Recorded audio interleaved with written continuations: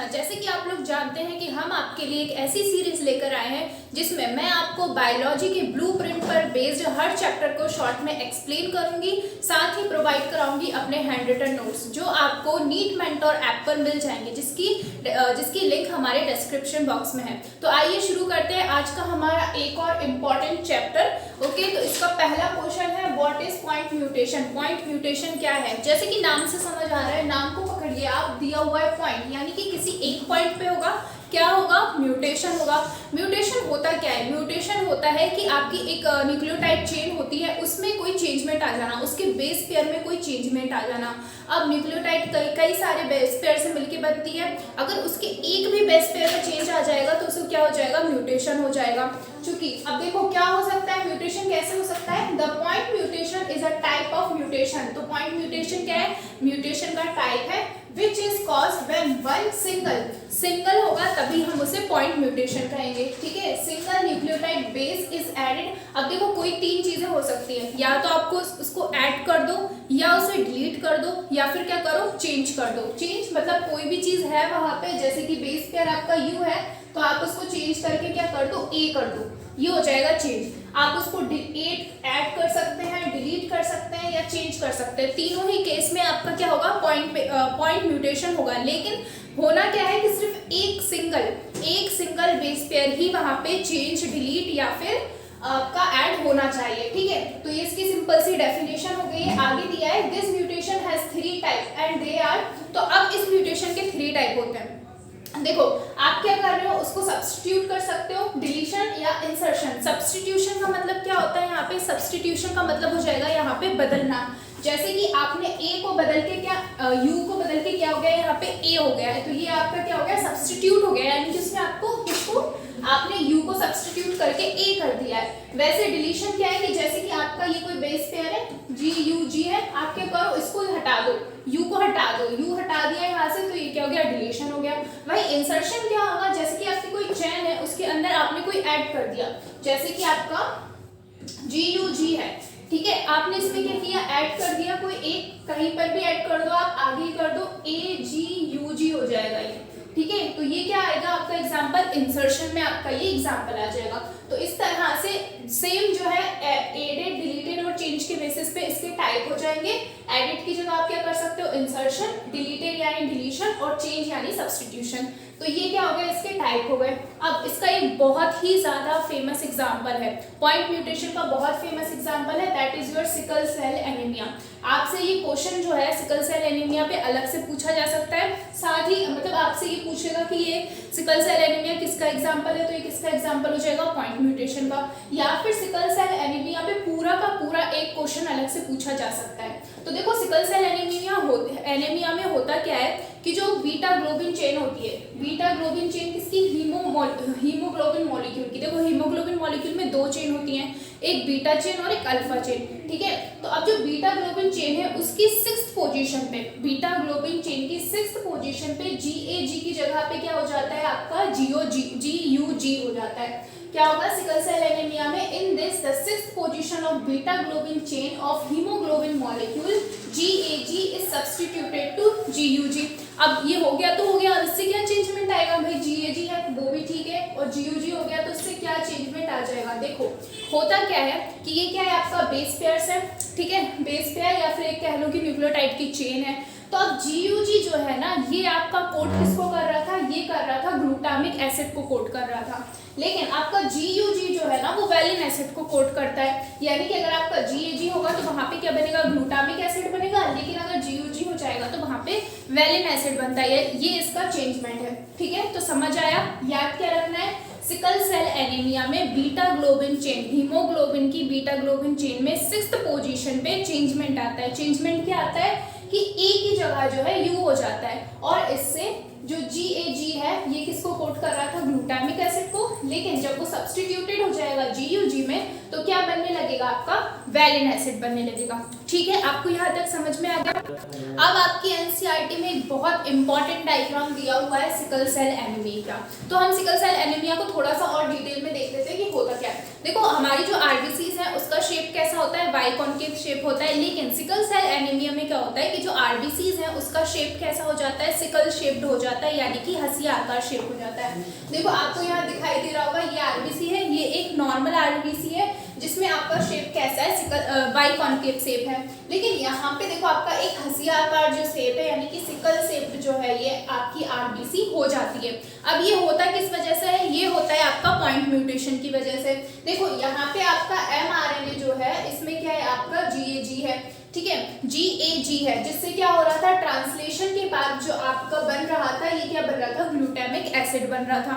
लेकिन अब क्या होगा कि आपका जो है इसमें क्या हुआ, पॉइंट म्यूटेशन हुआ, और कौन सा वाला म्यूटेशन हुआ है, ये हुआ है आपका सब्स्टिट्यूशन म्यूटेशन, यानी कि सब्स्टिट्यूशन पॉइंट म्यूटेशन जब यहाँ पे हुआ तो आपका क्या होगा, देखो यहाँ पे म्यूटेशन हो गया, ठीक है, तो GAG की जगह पे आपका आ जाएगा GUG, ये क्या है आपका GUG है, जिससे अब आपका क्या बनने लगेगा, वैलिन का सिंथेसिस होने लगेगा, यानी कि जो हीमोग्लोबिन की बीटा चेन है उसमें पूरा का पूरा चेंज हो जाएगा, वो पूरी चेन जो है वो चेंज हो जाएगी। क्यों, क्योंकि यहाँ पे ग्लूटामिक एसिड था 6th पोजीशन पे, अब क्या आ गया आपका, अब आ गया आपका वैलिन एसिड आ गया, ठीक है। तो ये क्या है आपका, ये चेंजमेंट हो जाता है किसकी वजह से, पॉइंट म्यूटेशन की वजह से।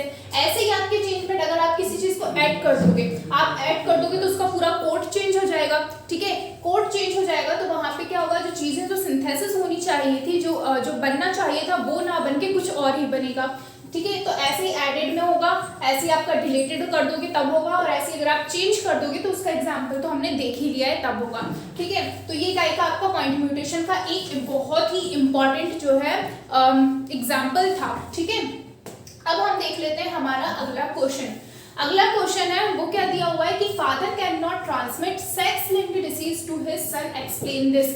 अब ये अगर कोई सेक्स लिंक्ड डिसीज है, ठीक है, तो वो फादर से उसके बेटे में नहीं जा सकती, ऐसा क्यों होता है, उसके सन में नहीं जाएगा। तो देखो उसमें होता क्या है, मैंने आपको अपने प्रीवियस जो है क्वेश्चन जो करवाया था उसमें भी एक चीज बताई थी, दैट कि जो मेल होता है उसके पास आपका क्या होता है, X एंड Y क्रोमोसोम्स होते हैं, वही जो है फीमेल जो है उसके पास क्या होता है, XX होता है, ठीक है। अब इसमें जब गैमीट का फॉर्मेशन होगा तो यहाँ पे मेल से क्या बनेगा आपका X एंड Y बनेगा, एंड फीमेल से जो क्रोमोसोम्स बनेंगे वो आपका X एंड X यानी कि सेम बनेगा। अब अगर कोई मेल बेबी होना है तो मेल बेबी होना है तो उसके लिए डेफिनेटली जो फादर है उससे क्या आना चाहिए, Y आना चाहिए, क्योंकि जब Y आएगा तभी तो आपका X एंड Y बनेगा, क्योंकि जो मदर है उसके पास कोई चांस नहीं है, उसके पास क्या है, दोनों ही एक्स है, तो उससे ये तो कंफर्म है कि उधर से तो एक्स ही आना है। लेकिन अगर मेल बनना है तो उसके लिए क्या होगा, जो आपके फादर है वहां से क्या आएगा, वाई। अब अगर इन्होंने एक्स दे दिया तो यहाँ पे तो एक्स है, तो ये क्या हो जाएगी, आपकी फीमेल बॉडी हो जाएगी। अब सेक्स लिंक्ड डिसीज में क्या होता है, देखिए कोई भी, जैसे हम एक एग्जाम्पल ले लेते हैं हीमोफीलिया का, ठीक है, हीमोफीलिया का एक एग्जांपल दे लेते हैं। तो यहाँ पे क्या होगा, हीमोफीलिया एक रिसेसिव डिसीज है, एक रिसेसिव डिसीज है, सेक्स लिंक्ड रिसेसिव डिसीज है। अगर मान लीजिए कि यहाँ पे आपका H है, ये हीमोफिलिक है, यहाँ पे अगर ये जो है, ये जो आपका क्रोमोसोम है ये आपका क्या कराएगा, हीमोफीलिया कराएगा, और यहाँ पर भी है। तो अब देखो फादर से सन के पास क्यों नहीं जा ही नहीं सकता, क्योंकि फादर जो है हमेशा अपना वाई क्रोमोसोम जो है वो देगा अपने सन को, ठीक है। लेकिन जो मदर है उसके पास से क्या है, अगर मदर के पास जो है आपका सेक्स लिंक्ड ये है तभी जो है बेटे को हो सकता है, लाइक ये वाला अगर XX आया तभी जो है इसको डिसीज हो सकती है, अदरवाइज इसको नहीं हो सकती। तो समझ में आया, क्या बोलते हैं, देखो देख लेते हैं आंसर में क्या लिखा है। आंसर में लिखा है father gives only Y sex chromosome, father क्या देता है, सिर्फ बाई सेक्स क्रोमोसोम देता है to his son. The gene of sex linked disease such as haemophilia and colour blindness, ये इसके दो एग्जांपल हो गए, हीमोफीलिया एंड कलर ब्लाइंडनेस के, is present on X sex chromosome. तो इन दोनों की जो दोनों का जो सेक्स लिंक्ड डिसीज जो है वो किस पे प्रेजेंट होता है, X सेक्स क्रोमोसोम पे प्रेजेंट होता है, ठीक है। तो if father gives X chromosome then a girl child is born. क्यों गर्ल चाइल्ड क्यों बोर्न होगी, क्योंकि अगर फादर ने भी X दे दिया देन ये तो तय है कि जो मदर है वो भी X ही देगी, और जब X एंड X मिलेगा तो आपका क्या, एक गर्ल चाइल्ड होगी, ठीक है। Is born therefore the father can not transmit sex linked disease to his son, यानी कि वो जो फादर है अपने सन को सेक्स लिंक्ड डिसीज ट्रांसफर नहीं कर सकता, ठीक है। तो ये हो गया। अब देखो हीमोफीलिया और कलर ब्लाइंडनेस में क्या होता है, ये थोड़ा सा देख लेते हैं। तो हीमोफीलिया में क्या होता है, जब हीमोफीलिया हो जाता है तो आपका जैसे भी आपको कहीं चोट लगी, ठीक है, तो आपको क्या होता है, चोट लगने के बाद कुछ टाइम बाद आपने देखा होता है क्लोट हो जाता है, जो खून जो होता है वो जम जाता है और आपका खून बहना बंद हो जाता है। लेकिन हीमोफिलिया अगर किसी को डिसीज हो जाती है तो इसमें ऐसा नहीं होता। उसमें क्या होगा, अगर हीमोफिलिया हुआ ना तो आपका कंटिन्यू जो है ब्लड निकलता ही रहेगा, ब्लड क्लॉट नहीं होगा, यानी कि ब्लड रुकेगा नहीं और आपकी पूरी बॉडी से जो है खून निकलेगा। जरा सा भी अगर आपको एक पिन भी चुभ गई ना तो इतना खून निकलेगा कि वो रुकना ही नहीं है। तो ये किस कंडीशन में होता है, हीमोफिलिया में होता है।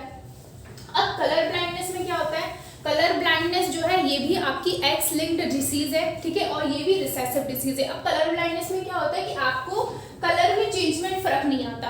लाइक अभी आपको ये कौन सा कलर दिख रहा होगा, ये रेड दिख रहा होगा, लेकिन कलर ब्लाइंडनेस वाले को हो सकता है ये ग्रीन दिखने लगे, उसको कैसा नजर आएगा कि ये ग्रीन है। तो ये किस में होता है, कलर ब्लाइंडनेस में होता है, ठीक है। ये दोनों एग्जांपल किसके हो जाएंगे आपके, ये दोनों हो गए आपके सेक्स लिंक्ड रिसेसिव डिसीज के, ये दोनों ही एग्जांपल हैं। तो आपको समझ में आया कि फादर क्यों नहीं ट्रांसफर कर पाता है इस डिसीज को, ठीक है। ये क्वेश्चन हो गया है, ये क्वेश्चन आपसे पूछा जा सकता है।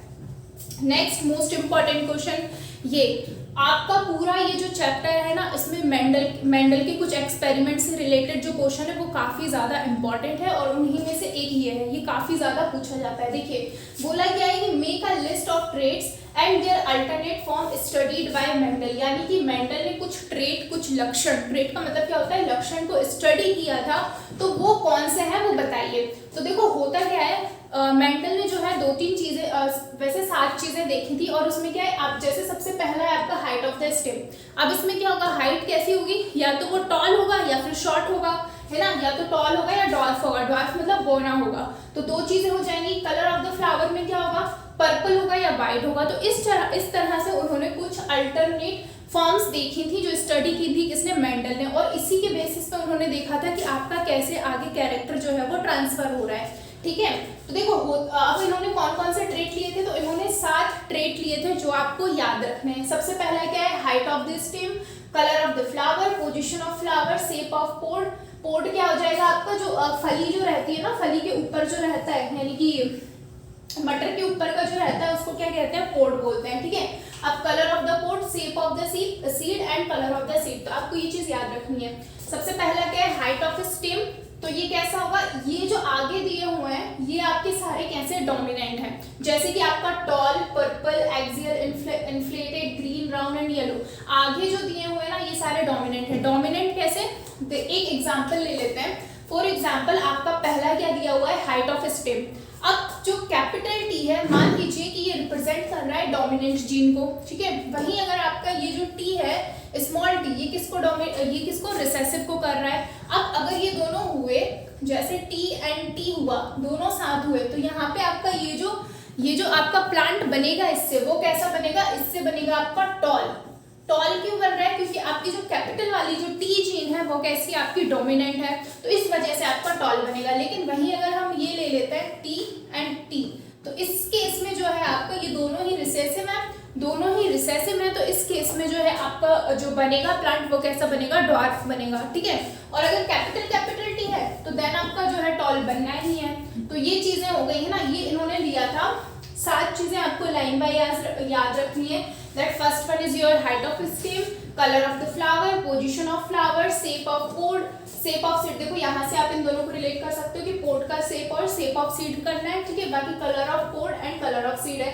तो ये 4 चीजें तो वैसे ही याद हो गई। अब हाइट का, तो हाइट प्लांट में सबसे पहले देखेंगे तो हाइट ही देखेंगे, तो उस हिसाब से आपको ये चीज याद हो गई। अब उसके बाद होता क्या क्या है, एक प्लांट के अंदर क्या क्या चीजें होंगी, उन चीजों से आप इसको याद रख सकते हो। सबसे पहले उसकी हाइट हो गई, ठीक है। आपका जो उसके अंदर जो पॉड है उसका कलर हो गया, या फिर उसका सीड, अंदर जो मटर का जो दाना निकलता है उसका आप शेप देखोगे, एक तो राउंड है या नहीं है, और दूसरा क्या देखोगे कि उसका कलर कैसा है, और तीसरा चीज जो है आप उसके पोट का कलर या देखोगे, और एक फ्लावर का कलर देखोगे। और पोजीशन, फ्लावर की पोजीशन एक्सियल है या टर्मिनल है। एक्सियल का मतलब क्या हो जाएगा, यहाँ पे देखो ये आपका हो गया फ्लावर पोजीशन, ये एक्सियल पोजीशन है, और ये टर्मिनल। एक्सियल यानी कि देखो इसमें साइड नजर आ रहा है, ये आपको साइड में फ्लावर आ रहे होंगे नजर, ये क्या हो गई आपकी एक्सियल पोजीशन हो गई।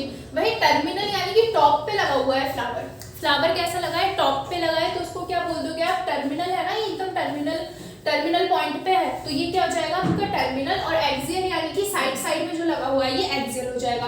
अब हाइट का समझ आ गया, टॉल है या डॉर्फ है।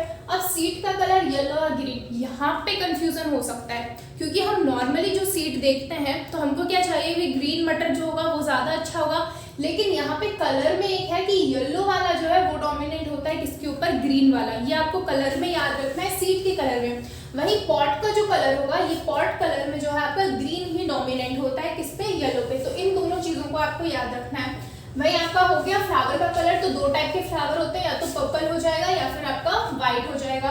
और पोट का शेप कैसा है आपका, स्मूथ या कॉन्ट्रैक्टेड। तो आपने देखा होगा कुछ जो होते हैं आपके जो मटर आते हैं वो एकदम सही शेप में आते हैं, और कुछ ऐसे मुरझाए हुए जैसे या सिकुड़े हुए से आते हैं, तो वो क्या हो जाएगा आपका, कॉन्ट्रैक्टेड हो जाएगा।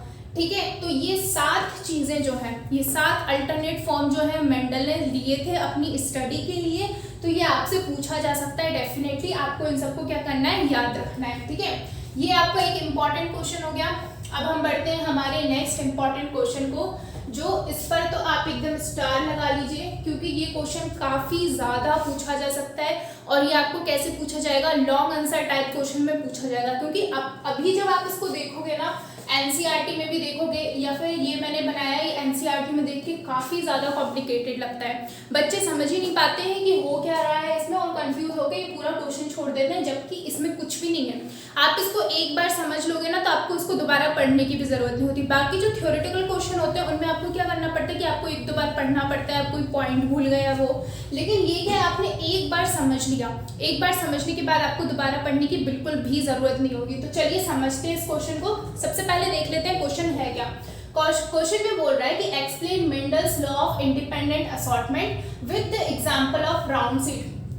इंडिपेंडेंट असॉर्टमेंट, देखो इंडिपेंडेंट असॉर्टमेंट की बात चल रही है ना, तो यहाँ पे क्या होगा आपका, जब हमको कैसे 2 कैरेक्टर लेने पड़ेंगे, 2 कैरेक्टर लेने पड़ेंगे। ठीक है, तो आपका ये हो जाएगा डाइहाइब्रिड। जैसे कि कौन कौन से कैरेक्टर्स ने बोला है, राउंड सीड बोला है, येलो कॉटिलेडन बोला है, ठीक है, और उसके बाद wrinkle seed, green cotyledon. Cotyledon क्या है, यहाँ पे आपका जो सीड है ना उसी को बोल रहे हैं। ठीक है, सीड जो है उसी को कॉटिलेडन बोल रहे हैं यहाँ पे, रिंकल सीड या फिर ग्रीन। अब देखो इसमें डोमिनेंट कौन कौन सा है, सबसे पहले डोमिनेंट की बात करें तो राउंड जो अच्छी चीजें जितनी होती है ना, जितनी अच्छी चीजें होंगी वो क्या होंगी, बुरी चीज पे डोमिनेंट हो जाएंगी।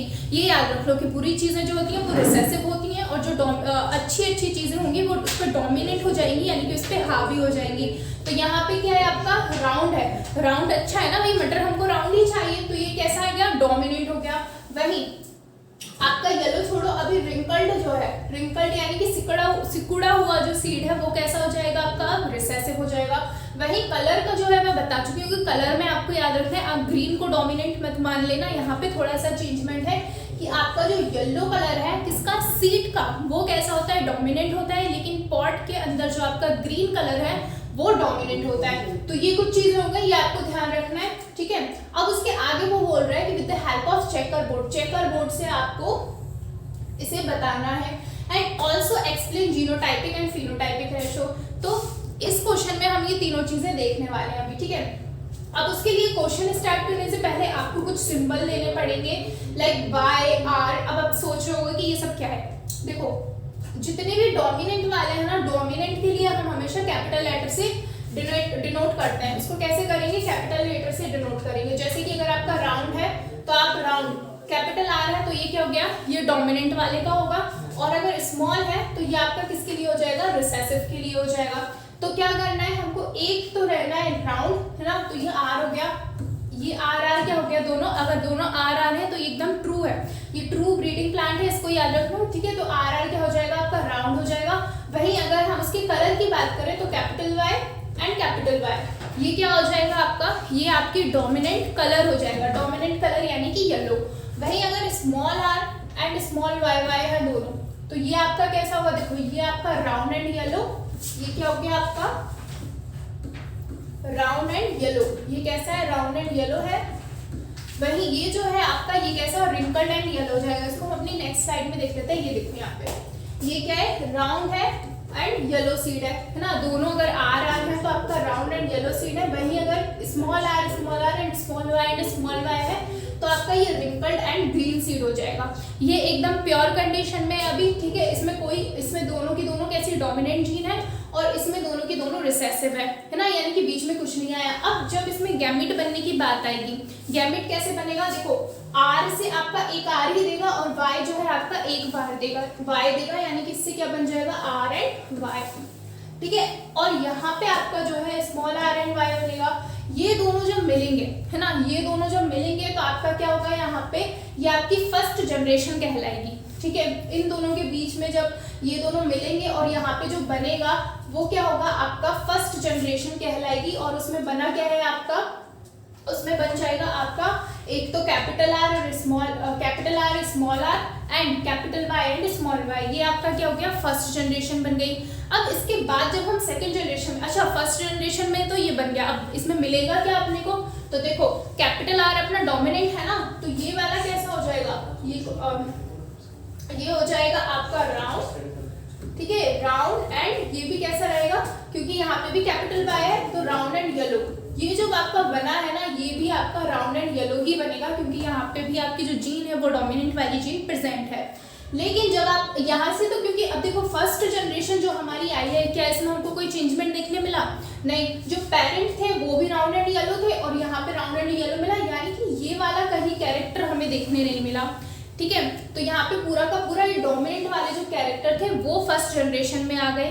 लेकिन जब हम इसकी सेल्फिंग कराएंगे, सेल्फिंग मतलब ये जो हमको मिला है, ये जो फर्स्ट जनरेशन में मिला है, इसी की हम जब सेल्फिंग कराएंगे इसी के साथ, ठीक है, इन दोनों का जब होगा तो यहाँ पे जो बनेंगे, अब जो बनेंगे आपके गैमेट जो बनेंगे वो डिफरेंट बनेंगे, ठीक है। फॉर एग्जाम्पल जैसे यहाँ पे क्या बन सकता है आपका, देखो एक फॉर्मूला होता है 2 की पावर n, यहाँ पे आपका जैसे कि R and Y and Y है, यानी कि आपको क्या हो सकता है, यहाँ पे हेट्रोजाइगस कंडीशन है। देखो जब दोनों सेम होता है ना, सेम जैसे capital R and capital R है तो इसको आप होमोजाइगस कंडीशन बोलोगे, लेकिन अगर आपका कैपिटल एंड स्मॉल है तो आप इसको क्या हेट्रोजाइगस बोलोगे। अब यहाँ पे कितनी हेट्रोजाइगस कंडीशन देखने मिल रही है, 2 हेट्रोजाइगस कंडीशन देखने मिल रही है, एक तो capital R and small r and capital Y and small r, यानी कि ये भी हेट्रो है और ये भी हेट्रो है। तो कितना हो गया, यहाँ पे n की वैल्यू कितनी हो गई, n इज इक्वल्स टू 2, यानी कि 2 की पावर 2, तो ये कितना हो जाएगा आपका 4 हो जाएगा, यानी कि इससे जो गैमेट बनेंगे ना वो 4 बनेंगे। अब गैमेट कैसे बनाते हैं, तो देखो आपको क्या करना है, सिंपली r इधर रख देना है, ये हो गया r, और जो स्मॉल r है उसको इधर नीचे रख लेना है। अब उसके बाद y एंड y है तो इसको एक y दे दो और इसको एक स्मॉल y दे दो, सेम चीज यहाँ पे करो, इसको एक कैपिटल Y दे दो और इसको एक स्मॉल y दे दो। अब इससे जो चीज बनेगी ना वो क्या बनेगा आपका capital R and capital Y, और यहाँ पे क्या बनेगा capital R and small y। Same thing यहाँ पे होगी, तो आपका small r and capital Y और यहाँ पे क्या बन जाएगा small r and small y। तो ये चीज समझ में आया, कुछ नहीं है, बहुत सिंपल सा है। जब आपका पूरा प्योर कंडीशन में था तो R एंड R से R ही बना एंड Y से आपका Y ही बना, ठीक है। और यहाँ पे भी देखो प्योर कंडीशन थी तो स्मॉल r से small r and small y से स्मॉल y बना। और ये दोनों जब बने तो आपकी फर्स्ट जनरेशन में ये, जिसमें हमें ज्यादा कोई चेंजमेंट देखने नहीं मिला, जितने भी हुए वो कैसे हुए, राउंड एंड येलो। तो हमने क्या किया, हम जनरेशन 2 लेकर के आएंगे तो हम इसी चीज की जो है सेल्फिंग करवा देंगे। सेल्फिंग जब करवाएंगे और यहाँ पे ये जो चीज है ना, अब ये जो बना है इससे गैमेट में फर्क आएगा, क्यों, क्योंकि ये हेट्रोजाइगस है। हेट्रोजाइगस आता है तो आपके गैमेट अलग अलग फॉर्म होते हैं, जैसे कि ये, और ये बनाने का तरीका मैंने आपको बना दिया है, बिल्कुल कंफ्यूज नहीं होना है। आपको क्या करना है, जैसे आपका R और ये है तो आप क्या करो, इन दोनों को अलग रखो, फिर इस वाला जो कैपिटल R है इसको एक कैपिटल Y दे दो और इसको स्मॉल y दे दो, और इस हिसाब से आपके ये देखो ये 4 गैमेट यहाँ पे बन गए ना, तो ये चारों आपके बन जाएंगे। अब क्या करना क्या है, आपको एक ये चेकर बोर्ड इसको बोलते हैं, इसमें क्या करना है कि एक मेल होगा और एक फीमेल होगी, तो इसके सारे गैमेट इधर लिख दो और इसके सारे गैमेट इधर लिखो, दोनों के सेम बनेंगे, क्यों, क्योंकि ये तो सेम है ना, हम सेल्फिंग करा रहे हैं, तो जो इसके गैमेट बनेंगे वही गैमेट इसके बनेंगे। तो इसमें देखो ये सारे यहाँ पे लिख दो, जो बना है आपका capital R small y, capital R small y, capital R capital Y, ये सारे लिख दिए आपने। अब करना क्या है, इसको इससे मिला दो और इसको इससे मिला दो, काम खत्म। आपको क्या करना है, ये दोनों जब मिलेगा तो क्या बनेगा, देखो यहाँ पे कैपिटल R है, यहाँ पे कैपिटल R है, तो कैपिटल R बन जाएगा। वही यहाँ पे आपका कैपिटल Y है, तो यहाँ पे कैपिटल Y बन जाएगा। अब ये जो बना है, ये कैसा बना होगा, दोनों प्योर कंडीशन में, तो आपका राउंड एंड सेम थिंग जब यहाँ करोगे तो आपको फिर इसको और इसको मिला देना है। तो यहाँ पे क्या है, capital R and capital Y and small Y, ठीक है। तो यहाँ पे आपकी एक हेट्रोजाइगस कंडीशन आ गई है। तो यहाँ पे आपका कैसा बनेगा, राउंड एंड येलो बनेगा। अब देखो अगर हम इस वाले के अगर देखें तो ये कैसे बनेगा, 2 की पावर n, यानी कि कितना, 2 की पावर 1, यानी कि 2 ही रहेगा। तो देखो इसमें क्या होगा, कैपिटल आर ये तो एक ही है, अब करना क्या है, capital Y and small Y. तो इससे क्या बन जाएगा आपका, capital R and capital Y and capital R and small Y, यानी कि इससे 2 ही बनेंगे। तो ऐसे आप चेक कर सकते हो। ये तो मैंने आपको सिर्फ एक एग्जांपल दे दिया था, सेम थिंग यहाँ पे हो जाएगी। तो आपको करना क्या है, आपको सिर्फ ये चीजें बना लेनी है, फिर इधर और इधर की चीजें जो है लिख देनी है। सेम यही होगा, अब ये वाला जो है इसके साथ, फिर ये वाला इसके साथ, ऐसे करके आप लिख सकते हो, ठीक है। तो ये आपको समझ में आ गया। देखो एक बार और देख लेते हैं हुआ क्या था। हमने प्योर कंडीशन में लेना स्टार्ट करना है, कैसा, राउंड एंड येलो दोनों प्योर होने चाहिए, ट्रू होने चाहिए, और रिंकल एंड ग्रीन जो है वो भी ट्रू ब्रीडिंग प्लांट होने चाहिए, जिनसे आपका क्या बनेगा, आर बाय गैमेट बन जाएगा और इधर से आर बाय बन जाएगा। ये दोनों जब मिलेंगे तो आपका फर्स्ट जनरेशन बनेगी, जो कैसी बनी, वो भी राउंड एंड येलो बनी लेकिन हेट्रोजाइगस बनी।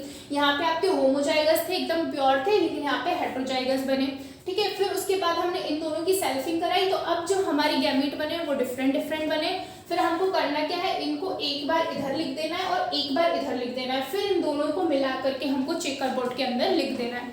तो ऐसे जो है आपका ये पूरा हो जाएगा।